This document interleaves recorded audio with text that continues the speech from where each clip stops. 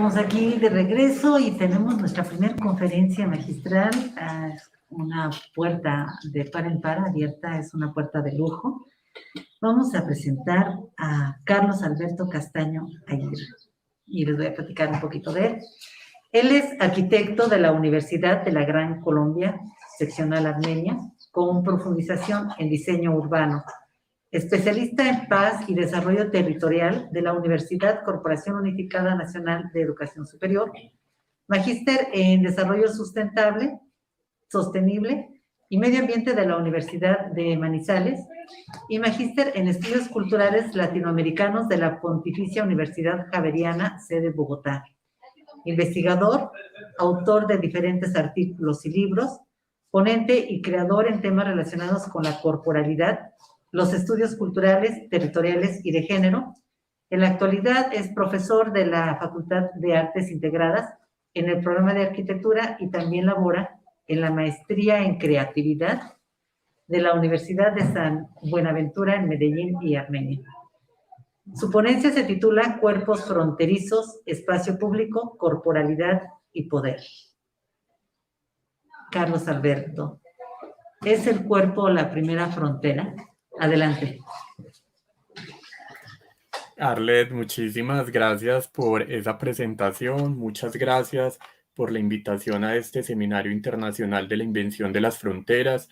De verdad, para mí es un gusto y un placer, y estoy bastante emocionado pues de estar en este espacio y de compartir, porque también creo que estos son lugares donde un poco desafiamos esas fronteras entre países, esas fronteras también en el conocimiento, esos diálogos que se puedan dar desde las diferentes disciplinas.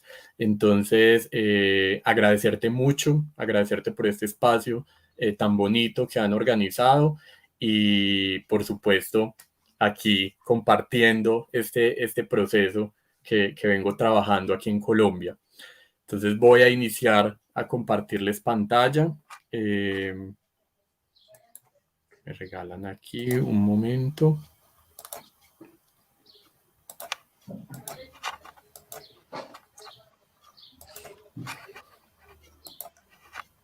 Listo. Y me confirman si ya pueden verla. Ahí la vemos. Bueno, entonces como ya nos habían mencionado, esta reflexión que les traigo, la he denominado Cuerpos fronterizados, espacio público, corporalidad y poder.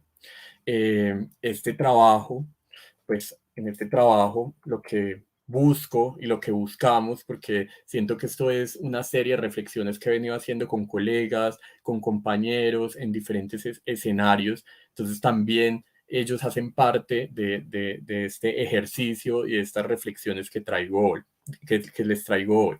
Entonces aquí, pues lo que abordamos fue esas disputas que se generan al relacionar y problematizar la corporalidad, la espacialidad y las relaciones de poder en la construcción sociopolítica del espacio público, tomando como caso de estudio este sector que es el Centro Administrativo Municipal de Armenia en Colombia, especialmente esta plazoleta que es llamada la plazoleta de la Quindianidad, que es el lugar, el espacio físico donde está, digamos, emplazado este edificio institucional. Yo espero a través de la fotografía, el video, algunos paisajes sonoros, las preguntas que también traigo y esas construcciones teóricas y ese acercamiento empírico, poder poner en cuestión estas tres categorías que les mencionaba, que para mí tienen cobijo en lo que he denominado esos cuerpos fronterizados. Entonces, para iniciar, les planteo que salirnos de esa concepción del espacio público como ese espacio neutral, como ese espacio plano, inocente, el espacio para todos y donde todos podemos ser y estar, no ha sido una tarea fácil. Incluso no sé si a través de este trabajo pueda lograrlo. un poco, entre otras cosas porque digamos que en el urbanismo y en la arquitectura, que es mi locus disciplinar, el espacio público aparece como la solución a todos los males, como ese espacio que no se cuestiona y que además es necesario en toda intervención espacial y social. No son pocas las imágenes fotorrealistas que desde la arquitectura pintan estos espacios como lugares paradisiacos, con un sol reluciente, con niños jugando, personas en bicicleta, ancianos sentados, muchos individuos a la sombra de unos grandes árboles y hasta mariposas posándose en las hojas de estos. Imágenes que se asemejan mucho a los estándares celestiales propios de esa tradición judeocristiana y que también son producto de ese eurocentrismo dominante de Occidente. Un espacio en el cual aparentemente no hay prostitución, no hay homosexualidad, no hay personas negras, no hay personas empobrecidas, etcétera, etcétera, etcétera. Y por supuesto, donde tampoco hay personas que se pregunten y se cuestionen por estos temas. Quise también traerles aquí este desglose de la palabra espacio público, y espacio pues viene del latín spatium, que es materia, terreno o tiempo que separa dos puntos, y público del latín publicus, aquello que resulta manifiesto, notorio, sabido o visto por todos, y aquello que pertenece a toda sociedad y es común del pueblo, ¿sí? Incluso haciendo unos rastreos rápidos de las conceptualizaciones que se dan de espacio público, aparecen algunos términos como que el espacio público corresponde a aquel territorio de la ciudad donde cualquier persona tiene derecho a estar y circular libremente. Más allá de esos hombrecitos de Vitruvio que son tan cercanos a la arquitectura y el urbanismo, en cuanto a la antropometría y al medir la ciudad con las dimensiones del cuerpo humano, y que son perfectamente escalados, idealizados, normativos y también muy homogeneizantes, y que, digamos, componen esa teoría de la arquitectura. Los espacios públicos emergen como una construcción social y política donde se despliegan y repliegan esas complejidades del entramado social, y están en ellas inmersas unas disputas y unas fronteras entre unos cuerpos que ocupan y unos cuerpos que transitan. Aquí quiero compartirles un video.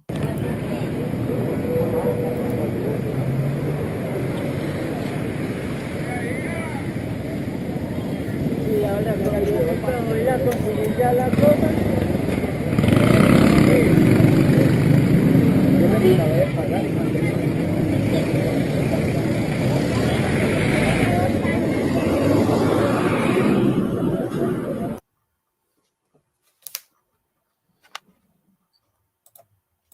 Un video donde podemos ver esos cuerpos que constituyen, esos Jóvenes, cuerpos que bienvenidos a su transitan. último módulo de la clase de salud Qué física. pena ahí con ustedes.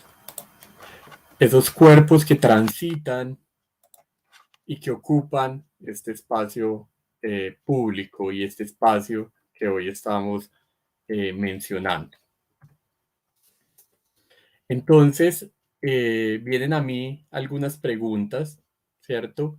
Y las comparto acá, ¿sí? ¿Quiénes son considerados ciudadanos? ¿Cómo deben comportarse? ¿Cómo debe comportarse un ciudadano ideal? ¿A quiénes benefician los derechos? ¿Para quiénes es planeada esa ciudad? Y con esto lo acompaño con unas reflexiones sobre el cuerpo, ¿sí? La relación del cuerpo con lo político y lo público nos desata un particular interés por debatir las disputas que originan su presencia en el espacio, presencia inmersa en relaciones de poder y subordinación que se evidencian en desigualdades, marginación, constitución de agentes que invaden estos lugares idealizados y pensados para la gente con derechos y privilegios. Así, el espacio deja de ser conceptualizado como una abstracción matemática y geométrica para ser parte de un entramado de relaciones en las cuales los cuerpos habitan entre la precariedad, entre olvidos y los beneficios otorgados a unos cuerpos en el sistema mundo. Emerge también ese debate con la institucionalidad, con la gobernabilidad y con la ciudadanía, ¿sí? Detrás de estas preguntas que venía haciendo y que mencionaba ahora, está la corporización y la existencia de otros sujetos que no se nombran, no interesan, y cuando entran al debate se alinean con una visión redentora para una foto en redes sociales, para la campaña política, para las tesis de maestría o doctorados, o también para la búsqueda de nuestra propia salvación celestial. ¿Qué es un cuerpo? ¿Sí? Es la pregunta que también me hago con este trabajo. Entonces, desde esos acercamientos teóricos, les planteo que las relaciones vitales se hacen materiales a través del cuerpo. Este se inscribe en un lugar y el lugar en él a través del habitar. En esa poética acción que es el habitar, se posibilita ese diálogo complejo entre lo eco, lo bio, lo antrópico y esas lógicas estructurales del sujeto social que he venido mencionando como relaciones de poder y de fuerza. El cuerpo humano es una fuerza de producción, sin embargo, este no existe como un artículo biológico o como material. El cuerpo humano existe en y a través de un sistema político. El poder político provee cierto espacio al individuo, un espacio donde comportarse, tomar una postura, sentarse de determinada manera o incluso alejarse de otros cuerpos.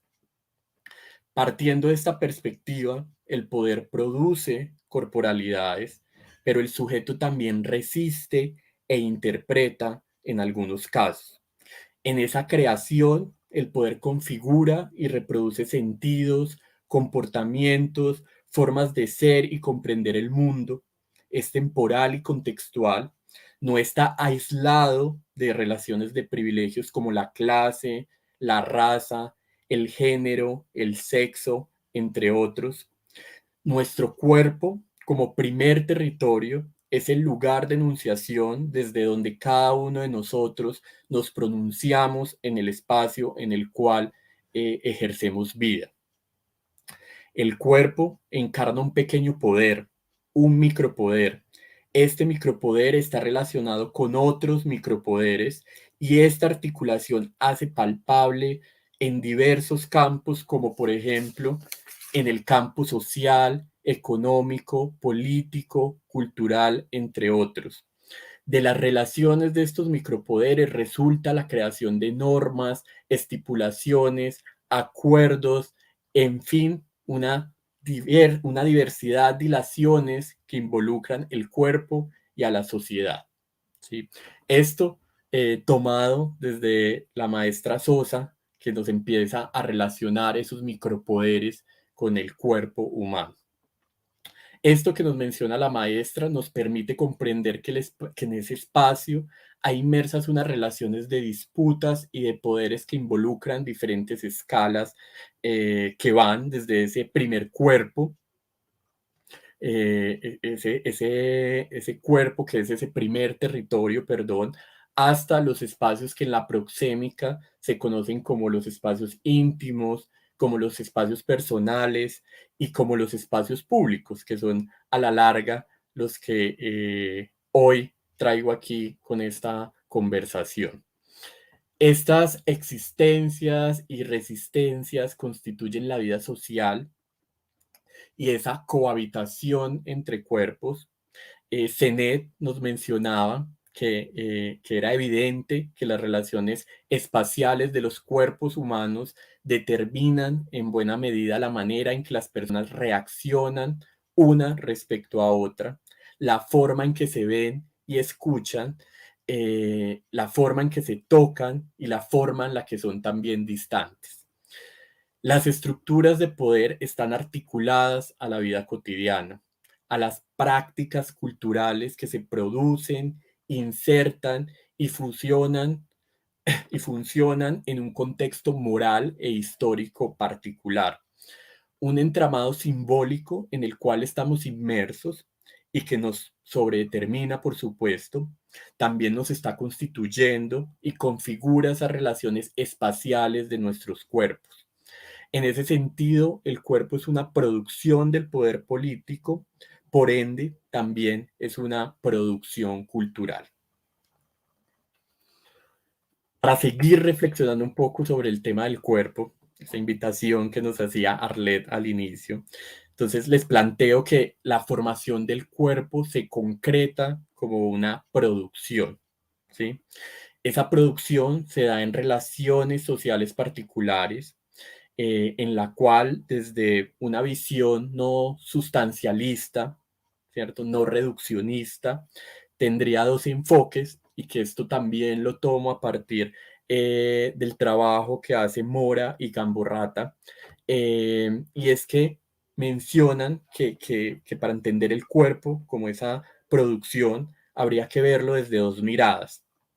La primera, la consideración de las condiciones de diferencia, diversidad y desigualdad en las cuales se constituye la producción sociocultural y la formación particular concreta de los cuerpos. Para ese enfoque es necesario plantearse el entendimiento de la cultura y lo que ocurre en ella, teniendo en cuenta que ésta está inmersa en disputas por el sentido. Por otro lado, las lógicas clasificatorias y las relaciones categoriales que median entre el sujeto y la estructura, sistemas organizacionales socialmente construidos en categorías como clases sociales, grupo de edad, grupo de género, entre otros que ya hemos ido también mencionando en esta charla. Entre esas categorías operan diferentes clasificaciones para los sujetos y sus productos socioculturales, en una lógica que se da en doble vida y que es en doble vía y que también es mediada, como lo mencionaba ahora, por esas relaciones de poder. Nuestros cuerpos no son ajenos a las convenciones sociales, a las prácticas, tradiciones y a la institucionalidad, las cuales establecen ideas de lo que es normalizado y lo que es rechazado en una sociedad situada geográfica e históricamente, y determina también aquellas formas de vida que serán más agradables y las que serán completamente insoportables. Los cuerpos indeseados, como lo menciona Judith Butler. Incluso tomando precisamente a esta autora, ella nos menciona que no hay reproducción en el mundo social si al mismo tiempo no se reproducen aquellas normas por las que se rige la inteligibilidad del cuerpo, tanto en el espacio como en el tiempo. Y por inteligibilidad, ella considera esa legibilidad en el espacio social y el tiempo, así como una relación implícita hacia los otros. Y ahí, pues, menciona ella, hay una posibilidad de marginalización, de repudio y de exclusión. Esto condiciona y está condicionado y está mediado por unas normas sociales que también ya habíamos mencionado. Esas normas están elaboradas y reelaboradas y en algunas ocasiones entran en crisis al ser revaloradas porque son vectores de poder y de historia, ¿sí? Como lo menciona la autora. Estas normas que rigen el mundo social surgen de negociaciones, de persuasiones, prácticas y de relaciones de poder como también ya lo he venido mencionando, que además, como lo plantea Gamborrata y Mora, que ya los había mencionado, se da en condiciones de diferencia, de diversidad y de desigualdad, así como en medio de lógicas clasificatorias y categoriales de esos cuerpos. La cotidianidad es atravesada por la producción y circulación de sentidos, emergencia de significados, identidades, subjetividades, hegemonías y contrahegemonías que establecen qué es permisible y qué no en la vida social. Es las complejidades de la vida social donde ubicamos sujetos que al no cumplir con parámetros o comportamientos normalizados, formas de vida correctas, somos rechazados y marginalizados, cuerpos que se ocultan, se les da la espalda, se vuelven indeseados y se constituyen fronteras especialmente en el escenario de lo público. Aquí, esta frase que para mí recoge mucho de lo que vengo mencionando y que nos la plantea también Judith Butler cuando menciona que el cuerpo supone mortalidad, vulnerabilidad y praxis. Menciona también que nuestros cuerpos nos exponen a la mirada de los otros, al contacto y a la violencia, y también son cuerpos los que nos llevan al peligro de ser agentes e instrumentos de todo esto. Aunque luchemos por los derechos sobre nuestros propios cuerpos, los cuerpos por los que luchamos nunca son lo suficientemente nuestros. El cuerpo tiene una dimensión invariablemente pública. Mi cuerpo es y no es mío. Desde esta perspectiva, nuestras configuraciones corporales están siendo producidas por y a través de nuestra vida social, sin desconocer esas interpretaciones y resistencias que constituyen nuestra propia subjetividad. El cuerpo en sí es un lugar de disputas entre nuestras propias maneras de sujetarnos al mundo y a los sentidos comunes que hacen parte de las negociaciones y transacciones entre sujetos que habitan un mismo lugar. Aquí quiero que escuchemos también un poco de lo que es recorrer y habitar este espacio del cual estamos hablando hoy.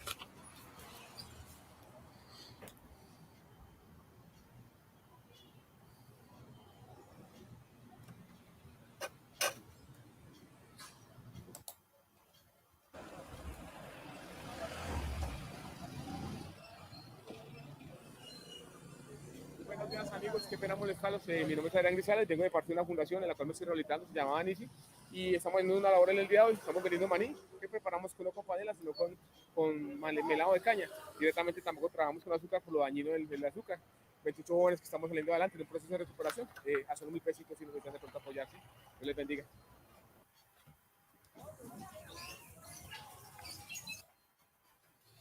¿Cómo se fronteriza un cuerpo? Esa pregunta nos llevó a diferentes metodologías y técnicas, un proceso que hemos denominado plurimetodológico, en búsqueda de ese acercamiento empírico que evidencie las diferentes miradas que se conforman en este espacio específico, pero que también podría servir de diálogo para otros espacios en condiciones similares, para otros espacios públicos en Latinoamérica, para otros espacios públicos en donde emerge la ciudad y emergen esos cuerpos que la habitan. Se incorporó una multiplicidad de voces que aportó al propósito de problematizar esas significaciones de corporalidad y su vínculo con la producción de espacio y de relaciones de poder en el camp de Armenia. De este modo, para el desarrollo de este proceso que les voy a compartir, se realizó ese acercamiento a través de diferentes fuentes. Una era la visión tecnócrata del planeador de ciudad. La otra, esos sujetos que habitan el espacio. Por otro lado, también se abordaron esos sujetos que transitan el espacio y, por supuesto, también los medios de comunicación. La intención era superponer esos discursos en esos diferentes niveles de representación con el fin de interpretar la naturalización de esas dinámicas de dominación que se enuncian desde la producción de este espacio público. Aquí algunos de los resultados que se dieron a partir del superponer estas diferentes miradas. Uno de esos primeros resultados lo hemos denominado seguridad, inseguridad. Pongan cámaras y policías que limpien eso. Los análisis de estas fuentes que mencionaba ahora nos muestran una multiplicidad de perspectivas que son coincidentes en puntos como el de la seguridad y el de la inseguridad.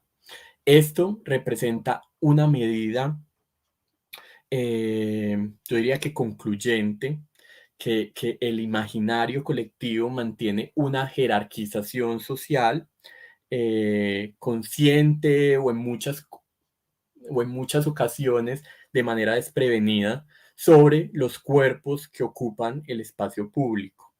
Y de este modo clasifican esa mezcla entre comerciantes, campesinos, personas que constituyen este lugar como un hecho de inseguridad. Algunas de las frases que nos encontramos en esta lectura de las representaciones enuncian que en el sector del CAM se acumula el peligro de todo el área central. Si nos adentramos en mayor profundidad sobre esas fuentes, como los medios de comunicación, se observa que estos alimentan en gran porcentaje una opinión negativa sobre la zona, donde su principal foco son las noticias que se centran en hechos abruptos que entre líneas se convierten en detonadores de violencia y marginación, representada en el imaginario colectivo de los transeúntes que mantienen una mirada indiferente sobre los acontecimientos que se gestan al interior del espacio público que circula o que está alrededor de este sector del CAM en Armenia que hemos hablado. Otro de los encuentros con estas representaciones lo hemos denominado percepciones. Hay que mantener el orden en medio de la sociedad. En general, podríamos decir que las percepciones sobre el espacio se manifiestan en catalogaciones de rechazo, en tanto el referente clave para los transeúntes es el centro administrativo municipal y por consiguiente esto representa una obligación social de mantener el orden, ¿sí? Al estar esta institución, al estar la administración, entonces esto lleva a relacionarse con que este espacio debe estar completamente ordenado. Esto se articula a palabras que describen el espacio como un escenario vergonzoso, peligroso, desorganizado, deplorable, sucio, entre otros adjetivos que fueron apareciendo en la lectura de estas representaciones y que se asocian fuertemente también con la delincuencia, con el consumo de droga, con la prostitución y todas aquellas actividades que son reprobadas por una sociedad que observa desde afuera este espacio. Otra de las frases que nos encontramos, es una población vulnerable en la cual se percibe pobreza, desempleo, delincuencia, drogadicción y descomposición social. Aquí se aprecia que varias situaciones podrían estar asociadas con la incomodidad para unos sujetos transeúntes, en tanto su imaginario de este espacio se encuentra relacionado con representaciones casi perfectas, donde dicha mezcla de actividades no deben surgir, y que cuando surgen, cuando emergen, pues son denominadas como un caos urbano. Otro de estos encuentros que tuvimos, pues fue el de El espacio ideal, fuera la basura, bienvenidas las familias. Aquí una de esas frases que nos compartieron es que si tengamos un espacio, que una familia constituida por mamá, papá y 2 hijos tengan un sitio de esparcimiento que sea seguro y en el que todos puedan convivir, que haya unión. El espacio ideal está relacionado con el espacio ordenado, donde todo es limpio, la basura está en su lugar junto con las personas que actualmente se encuentran en este espacio, las cuales deben desaparecer, seguramente considerados una basura más. Debe hacerse un espacio para las familias, por supuesto las familias tradicionales, un parque donde nada incomode, nada haga ruido, nada huela mal. Otra frase que nos comparten es: sería bueno tener unas cercas vivas, que uno cerque todo alrededor y se pongan policías y vigilantes, que nadie entre, que solo queden libres las aceras. Otro aspecto que resaltamos ahí es la idealización del espacio vigilado, que ese espacio que es controlado, que es restringido, el espacio que se cierra para permitir las actividades consideradas como legales, y que es agresivo con quien se sale de esos parámetros de buen comportamiento, acudiendo a estrategias como la arquitectura hostil, que es un recurso para definir qué se puede hacer y qué no se puede hacer en un lugar. Una frase esta de los medios de comunicación: en mes y medio estarán terminadas obras de embellecimiento en el sector del CAM. Se relaciona el embellecimiento con la salida de actores que actualmente ocupan este lugar. El lugar solo se reconoce como apropiado cuando es usado por ciertos grupos sociales de la ciudad. Las emergencias producto de esas desigualdades urbanas y de la opresión de instituciones y otros grupos no tiene validez dentro de este discurso de lo bello. Otro grupo en el que hemos venido trayendo estas reflexiones es cuerpos abyectos, nada de prostitución, travestis y campesinos. Quiero resaltar que esto también se conforma a través de frases que aparecen precisamente en ese acercamiento que les mencionaba ahora. Ahí podríamos decir, ¿sí? Y quiero iniciar aquí con una frase también de producto de este ejercicio, y es: desde mi punto de vista, no me siento segura al transitar entre los vendedores ambulantes, ya que, aunque se encuentran personas honradas vendiendo sus productos del campo, también puedo percibir cómo venden y consumen drogas, generando un ambiente tenso y de inseguridad. Ahí podríamos decir que el rechazo al lugar es un rechazo a esos sujetos cuerpos que se encuentran en él. Las personas relacionan las actividades y las personas relacionan las actividades y personas discursivamente nombradas como informales, ¿sí? Desde ese acercamiento con los expertos y con las personas, relacionan la informalidad con la venta y consumo de drogas. hay una referencia al sector con las actividades rurales, las cuales también han tenido incidencia en la marginalización del lugar por ser ese sector donde está la gente poco culta, la gente de la montaña o también adornado con la gente honrada. Otra de esas frases que nos encontramos: antes, las personas que se dedicaban a vender su cuerpo, pero pertenecientes a una de estas comunidades LGBTI, no se mostraban tanto, no se exhibían tanto. Hoy es muy normal que uno pase a las 9 o 10 de la mañana y estén en plena esquina con unas ropas muy cortas, muy pequeñas. Hace 30 años convivían en ese sector, pero no era como todo a la luz del día, era después de la noche, a ciertas horas por la noche. Los cuerpos que ocupan el lugar son cuerpos que deben ocultarse, que sus ejercicios de vida deben ser en las horas en que las personas llamadas decentes no están en la calle. Hay sujetos con los cuales se puede convivir siempre y cuando no se vean, y estos hagan sus actividades en las horas en que no se cruza por el sector. Hay una invisibilización al no nombrar a las mujeres trans que ejercen la prostitución de manera directa y manejar el discurso de comunidad LGBTI. Otra de estas frases también de medios de comunicación: con policías y vallas se espera recuperar la plazoleta de la quindianidad.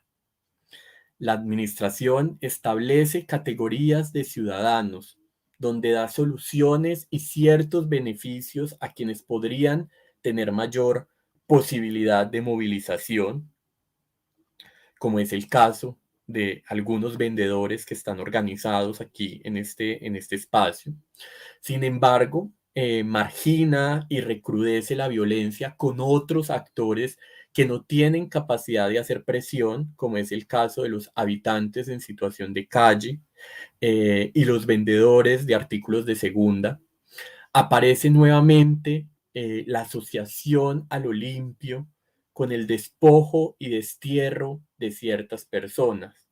Además, esta frase nos lleva a preguntarnos de quién hay que recuperar el espacio público, si se supone que es un espacio para todos y todas. Aquí también compartirles otros de los sonidos de este espacio.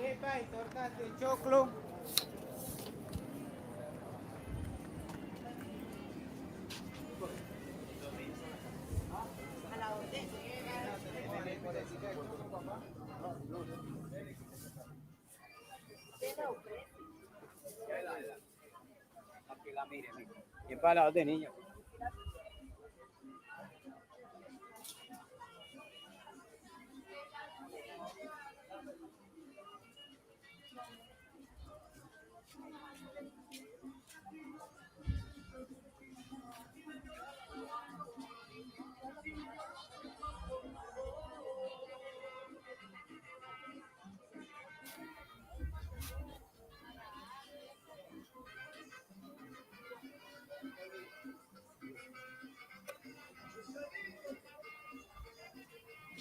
Sí, no hay que esperar.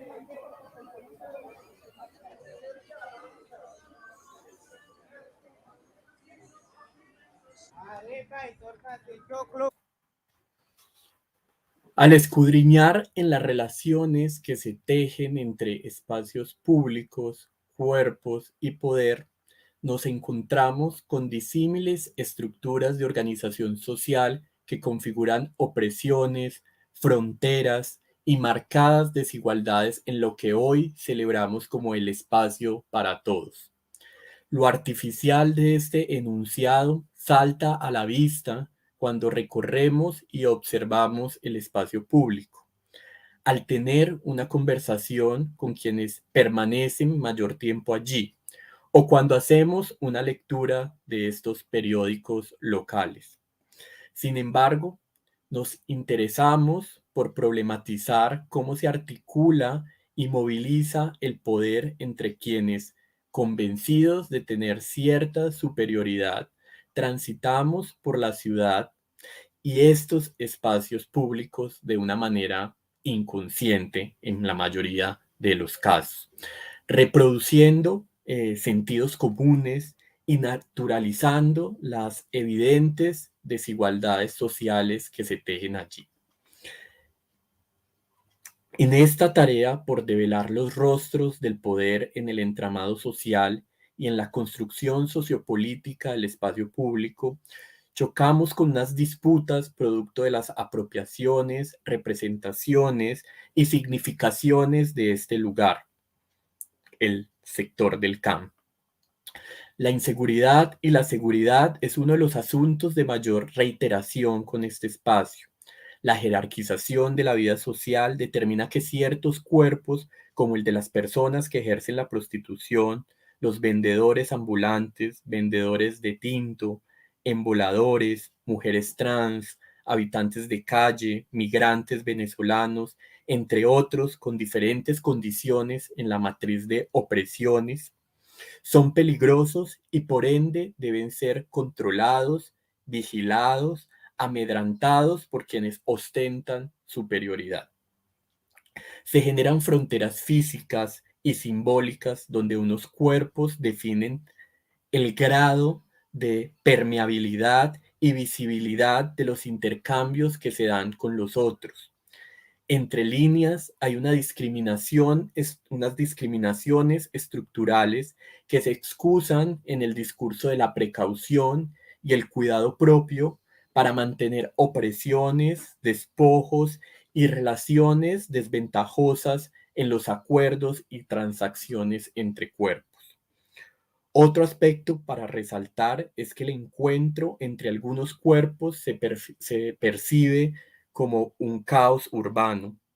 Se plantea que el edificio del CAM alberga ciertas actividades y sujetos, podría decirse que superiores, que tienen que soportar a esos otros, los cuales no entran en el constructo de ciudadanía y que al estar por fuera de esa imagen de ciudadano ideal, dan vergüenza, generan indignación y por supuesto no se aprueba su estancia en ese espacio para todos.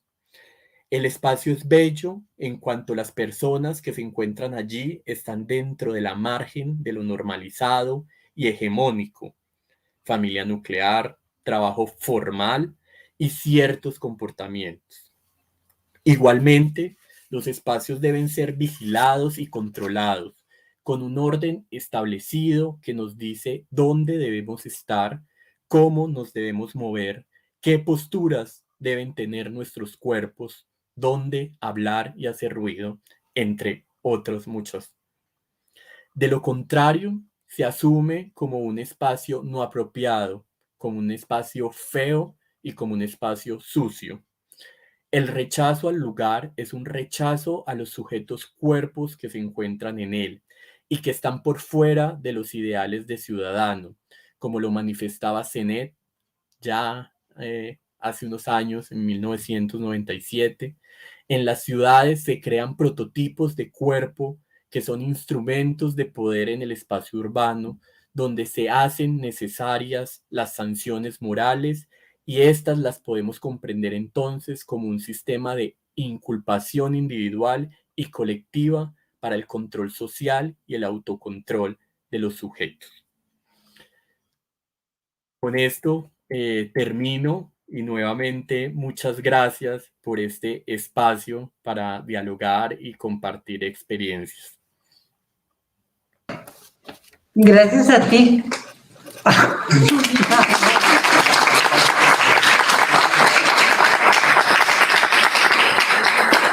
Estaban los chicos. Gracias a ti, es un trabajo muy extenso. A ver, Carlos.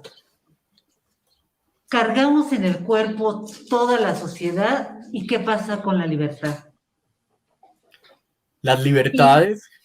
La libertad como sensación, porque tenemos toda la historia, todas las sociedades, todas las preguntas, todas las exclusiones, cargando sin darnos cuenta.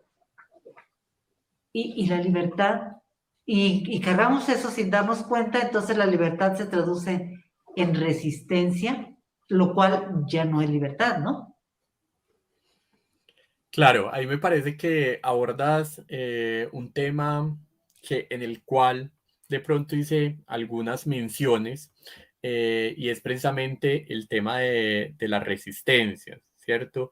Por supuesto, esos cuerpos, nuestros cuerpos, están constituidos por ese entramado social, como lo mencionaba ahora. El cuerpo es mío y a la vez no, como lo traje en esa frase resaltada.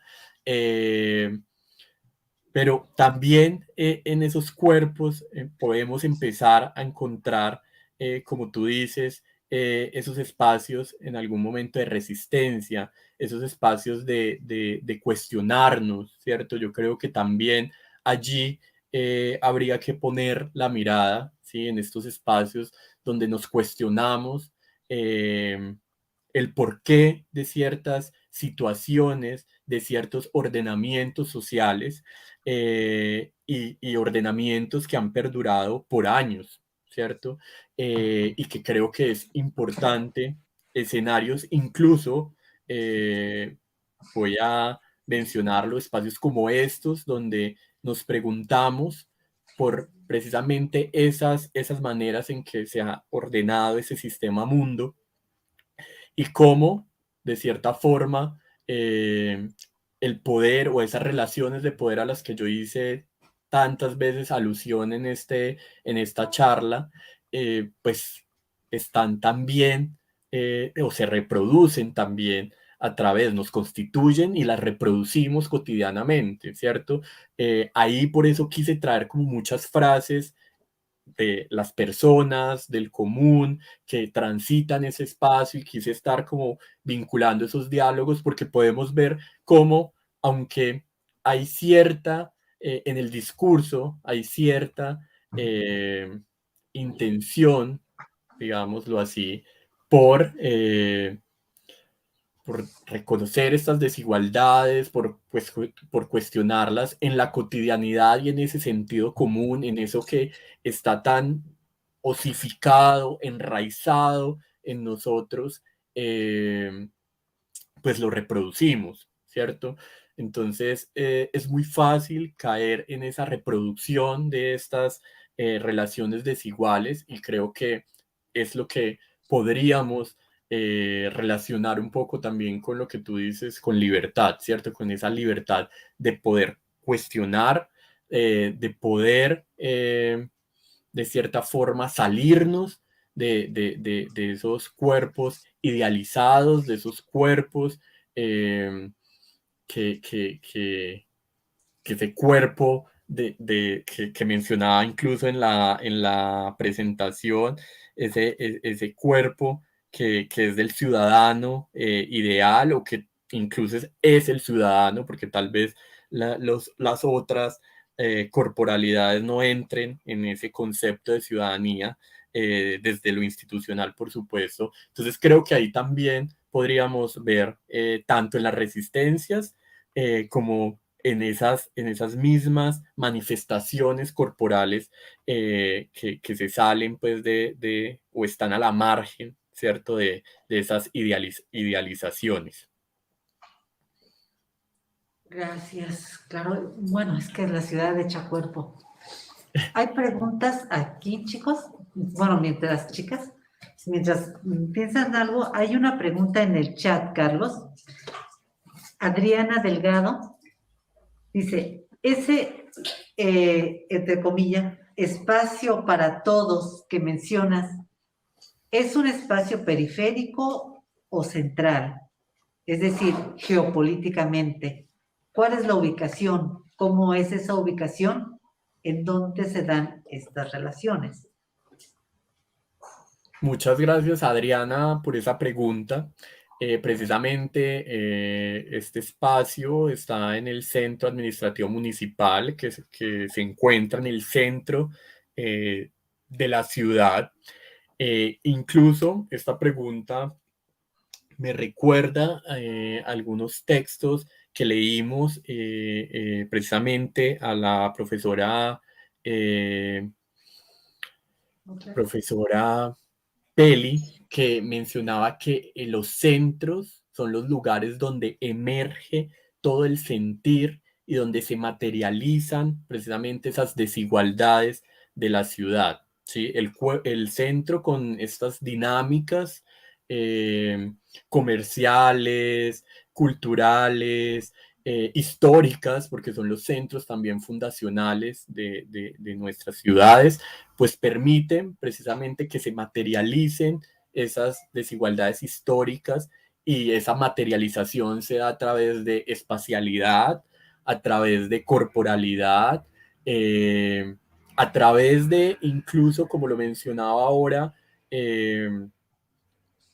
estrategias o tecnologías de gobierno, por ejemplo, como la cultura ciudadana, que es un discurso también para controlar al ciudadano y mantenerlo puesto, lo que decía ahora, dónde debe sentarse, por dónde debe caminar, ciudadanos controlados, o como la arquitectura hostil, ¿cierto? Como ver espacios que tal vez en las fotos que compartí no recuerdo que hubiera incluido, estas de la arquitectura hostil, donde vemos algunas aceras que ya tienen alambres, que ya tienen hierros, que ya tienen vidrios, para que ciertos cuerpos no puedan estar allí, ¿cierto? No puedan sentarse allá a descansar después de una jornada, después de caminar.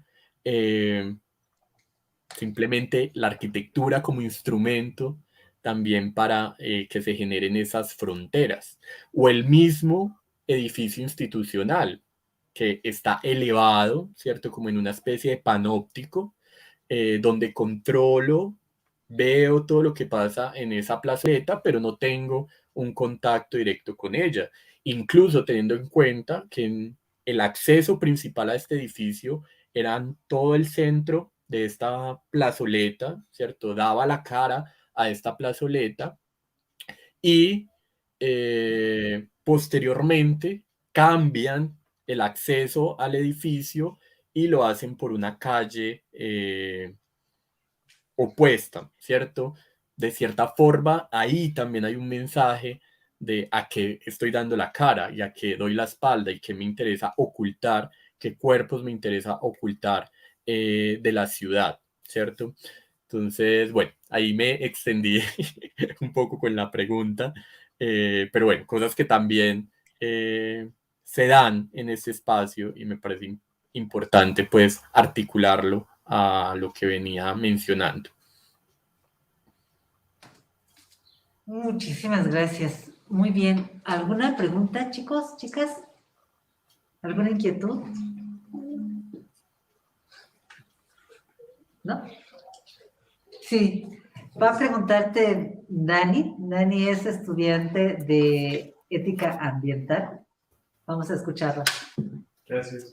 Ay, estoy hablando acá y debo volar acá, perdón. Ajá, te va a preguntar Dani, que es estudiante de ética ambiental. Me pareció bastante interesante cuando empezó a platicar de la arquitectura hostil. Y eso es algo al que tienden todas las sociedades. Entonces, la arquitectura hostil siempre se desarrolla en todas las sociedades, es algo que solamente ocurre, por ejemplo, en las grandes urbes. No sé si me explico. Sí. La pregunta, la repito si la escuché bien, es si la arquitectura hostil se ve en todas las ciudades o solo en las grandes urbes. O sea que si tiende a generalizarse, o sea, si en todos los espacios van a desarrollarse pues estas formas de arquitectura hostil, o solamente son como casos aislados donde ocurre solo en grandes ciudades o en las ciudades. O sea, se va a desarrollar en todos los aspectos en todo el mundo, o solamente es algo pues malo que ocurre en ciertas zonas. Pues yo lo que pensaría es que es una estrategia precisamente de generación de fronteras. De acuerdo al contexto, se darán diferentes maneras de materializar esa arquitectura hostil. Por ejemplo, uno podría ir a unos barrios de, no sé, digamos, de lo que se consideraría como unas clases altas, y uno empieza a ver casetas de vigilancia, cámaras que de cierta forma también están generando fronteras y que también son gestos de esta arquitectura hostil, ¿cierto? Uno va ingresando a estos barrios y empieza a ver las cámaras señalando, mirando, titilando, empieza a ver las casetas con personas vigilando. Entonces es otro gesto, ¿cierto? Diferente, por ejemplo, el que vemos aquí en este espacio público, que lo relaciono ya con temas de alambres, vidrios, hierros que están en ciertos lugares para que las personas no se sienten o no estén allí. Pero también lo veíamos, por ejemplo, en este espacio hay un templo católico, ¿cierto? Y precisamente, pues como estos espacios que se promulgan de permitir pues el encuentro, de invitar a la reconciliación, pues uno ve que es un espacio que está lleno de rejas también, o sea, el gesto es diferente, el gesto espacial es diferente al discurso que se promueve, ¿cierto? Entonces creo que lo que podría leerse es esas particularidades de cómo se materializa esa arquitectura hostil, ¿cierto? Pero creo que en todos los escenarios, seguramente urbanos, podremos encontrar algunos de estos gestos, ¿cierto? Ahora, actualmente, ¿cierto? Esta investigación se realiza el año pasado y actualmente este espacio está completamente cerrado, está completamente con unas vallas, ¿cierto? Que como lo decía ahora, porque me pareció muy curioso, que retomé esas palabras de uno de las percepciones y de las representaciones que tenía uno de los ciudadanos, que decía que deberían hacer cercos verdes, que lo mencioné ahora en la presentación, y que estuviera restringido el espacio y que solo dejaran la acera para que la gente circulara y que ese espacio lo cerraran. Pues actualmente está así, actualmente está cerrado, no con cercos verdes, pero está cerrado, ¿cierto? Es un espacio que está completamente rodeado de vallas y solo está el andén mínimo para que las personas circulen, pero aún así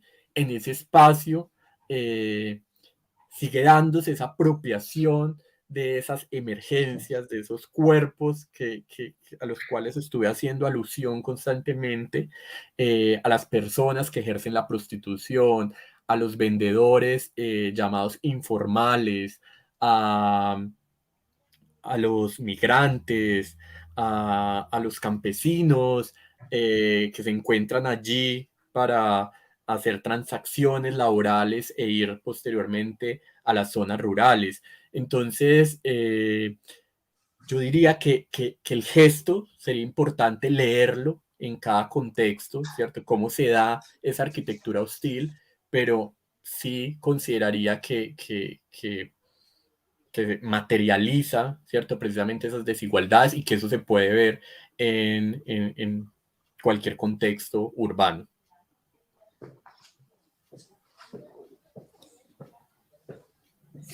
Sí, la pregunta es cómo revertimos, cómo abrimos esas fronteras. Vamos a cerrar ahorita, Carlos, muchísimas gracias, y retomamos después ya en las mesas seminar los temas porque van a ir aflorando. Pues ha sido un placer conocerte, encontrarte, escucharte, tantas cosas por reflexionar. Qué barbaridad. Y no nos ponemos a pensar en eso, ¿no? Y ahí estamos cargando toda la sociedad. No, Muy bien. Arlette, quiero darles las gracias también por este encuentro, a quienes se conectan, a quienes están allí contigo de manera presencial. Muchísimas gracias por la atención, por las preguntas y espero que esto detone también muchas preguntas en ustedes por la manera en que se constituyen nuestros espacios, por la manera en cómo se constituyen nuestros cuerpos y cómo estamos pues atravesados por esas relaciones de fuerza y poder. Un gusto estar aquí y bueno, espero que nos encontremos en otros espacios. Sí, de cuerpo presente, ¿no? De cuerpo en presente. Hay una pregunta de Adriana Delgado, te la voy a pasar después por correo para que podamos darle atención a Adriana y luego la comentamos, la socializamos. ¿Sí? Perfecto. Bueno, nos sigues acompañando, ¿verdad? Claro que sí. Ok, bueno, entonces vamos a pausar y regresamos con la primer mesa seminario.